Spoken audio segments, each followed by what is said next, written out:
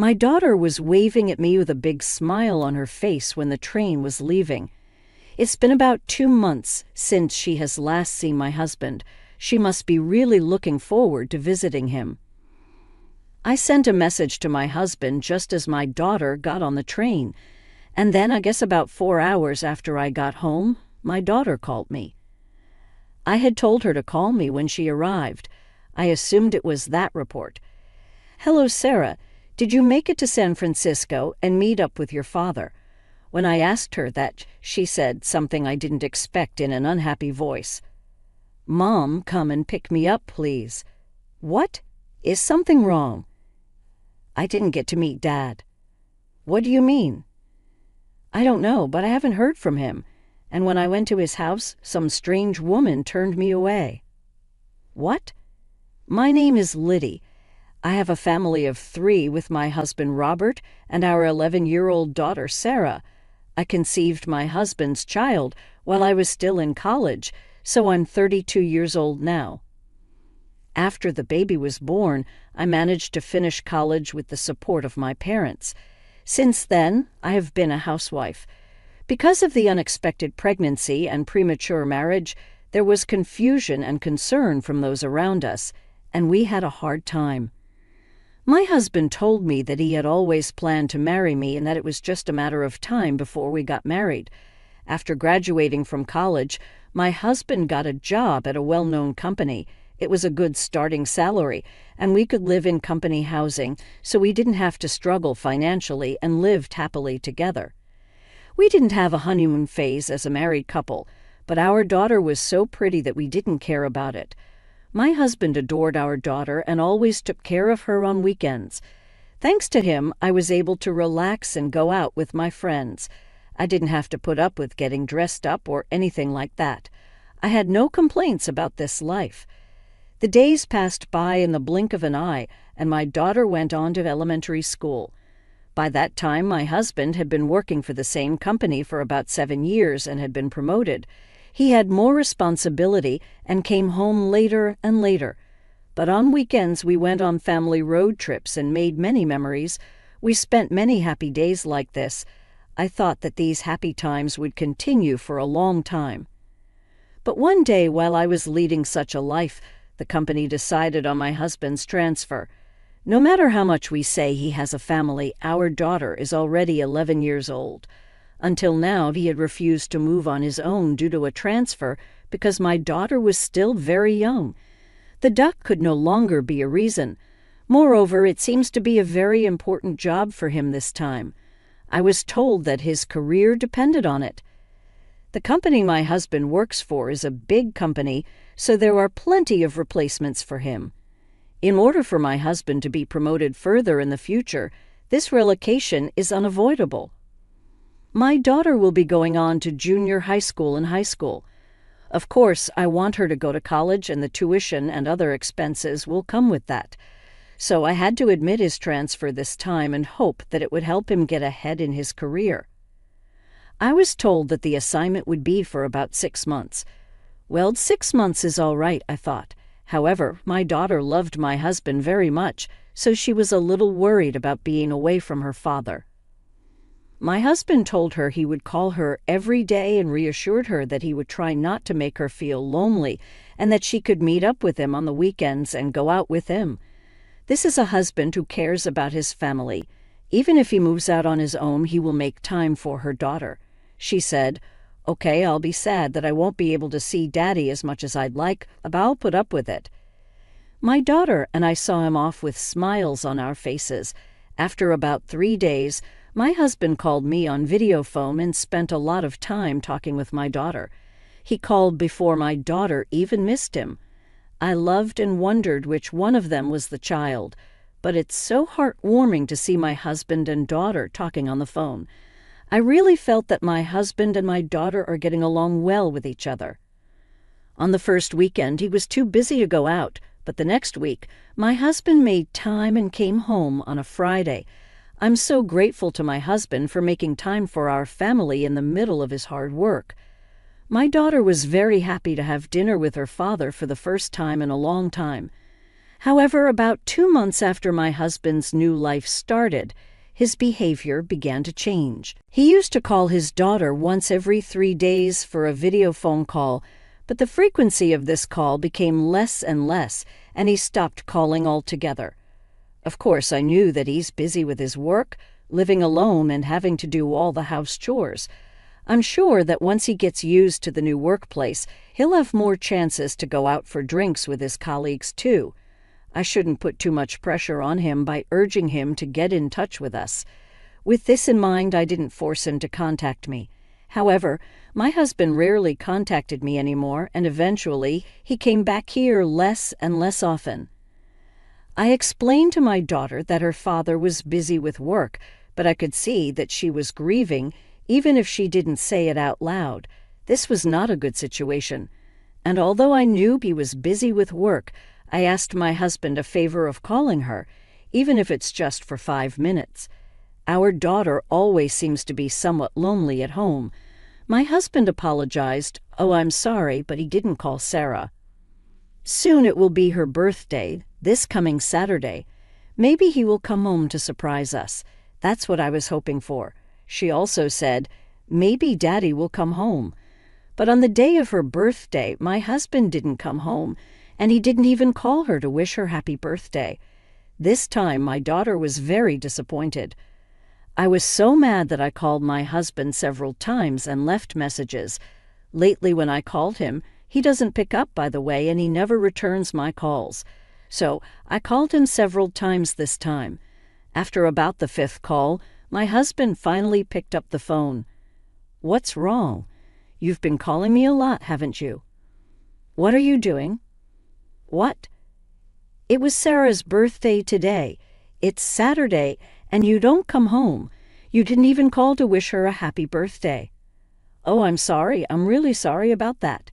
"Tell her I'm really sorry and that I wish her a happy birthday." No matter what I said, he just apologized. I gave up and hung up the phone. As I hung up the phone, my anger flared up again. Please think about your daughter and take better care of her. You may be busy, but I still think you are too disrespectful. I sent him a message saying that, but all I got from my husband was, "I understand. I'm sorry." After that, there was no improvement. Then another month passed, and my daughter went on summer vacation. A little while ago, she told me that if her father couldn't come, she would go and meet him. She has been saying this every day since the summer vacation started. I decided to take this opportunity and let her go to my husband's house alone. She wanted to experience something new, and she was very enthusiastic about it. We live in Los Angeles, and my husband currently lives in San Francisco. She can get there by just getting on the train. I will drive her to the station. I caught my husband to pick her up at the other station. My husband agreed to the plan. Now my daughter can finally see her father for the first time in a long time. On Saturday, I saw her off and went home. She waved at me with a big smile on her face as the train was leaving.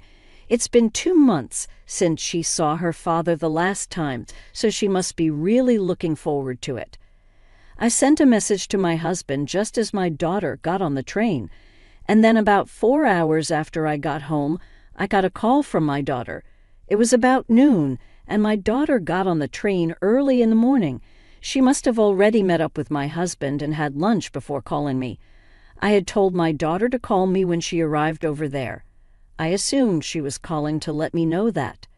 "Hello, Sarah, did you make it to San Francisco and meet up with your father?" When I asked her that, she made an unexpected comment in an unhappy voice. "Mom, pick me up right now, please."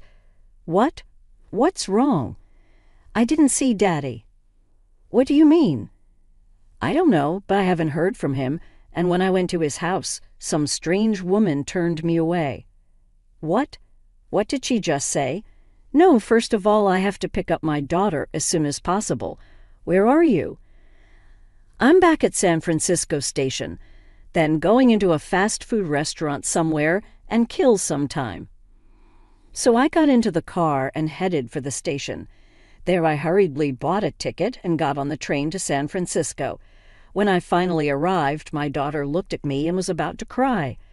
We went to a cafe near the station. She was depressed, so I ordered pancakes, which are famous in this area.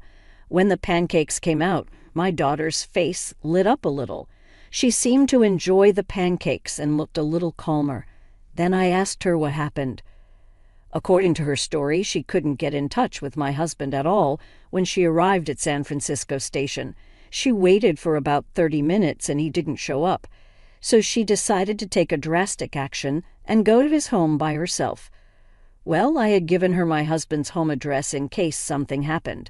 She's a Gen Z girl who uses her smartphone more than I do, so she was able to find her way there in no time with a map. She got on the train and went to my husband's house, and when she rang the doorbell, a woman's voice answered. "Who are you?" My daughter was surprised, but she managed to say, "I'm here to see my dad." That woman told my daughter to go home and not to see Daddy because she is in the way. In the end, the woman hung up without even opening the door of the apartment, so my daughter went back to San Francisco Station. I was so angry that I couldn't help myself anymore. If she told you not to see your daddy, then let's do that. I said that, took my daughter home, and immediately started preparing to move out. When I explained the situation to my parents, they were furious. They said they would do whatever they could do to help. For the time being, my parents let us temporarily live with them until I found a job. My husband called me and said, "I didn't see Sarah at the station. Did something happen?" I guess his adulterous woman didn't tell my husband that she turned his daughter away. No, because there was no word from my husband on my daughter's phone when I went to pick her up. I doubt my husband even went to the station. I was dumbfounded and decided to let it slide. Anyway, Sarah got sick on the way there and had to turn around. I replied that I had just finished at the hospital and that I was sorry I couldn't call him. My husband replied, "I see, I understand." I ended the exchange by replying that I would call again if anything else happened. I was pissed off because it was so obvious that he was just pretending to be worried about me. Well, this car is going to hell, so I'll leave him alone for now. After that, I was ready to punish my husband. I first sent his belongings to his address. Then I received the results of the investigation I had ordered from the detective agency available. I sent the proof of the affair along with a content-certified letter to my husband's workplace. A few days later, everything must have arrived. My husband called me like a demon. "Oh, hey, what are you doing?" "Huh. What? I just thought I'll let you all know what you've been up to." "You gotta be kidding me. We're in the middle of a big problem here." "Of course it is. That's what I was trying to do. And I can't believe you're sending me my belongings to here. I don't need your stuff, and I don't pay rent anymore." "What?" "Sarah, and I moved out of that apartment." "Oh, you left that rental apartment. When did you leave?" "About a month ago." "What? Then no one lived there for a month, and we still had to pay the rent." "Well, that's true, but it's in your name, so it's none of my business." "No, you're about to be 2 months behind on your rent, and you're about to get evicted. Is that why I've been getting calls from an unknown number lately?" "I mean, we'll be in trouble if we lose that apartment. Why don't you just continue to live in San Francisco?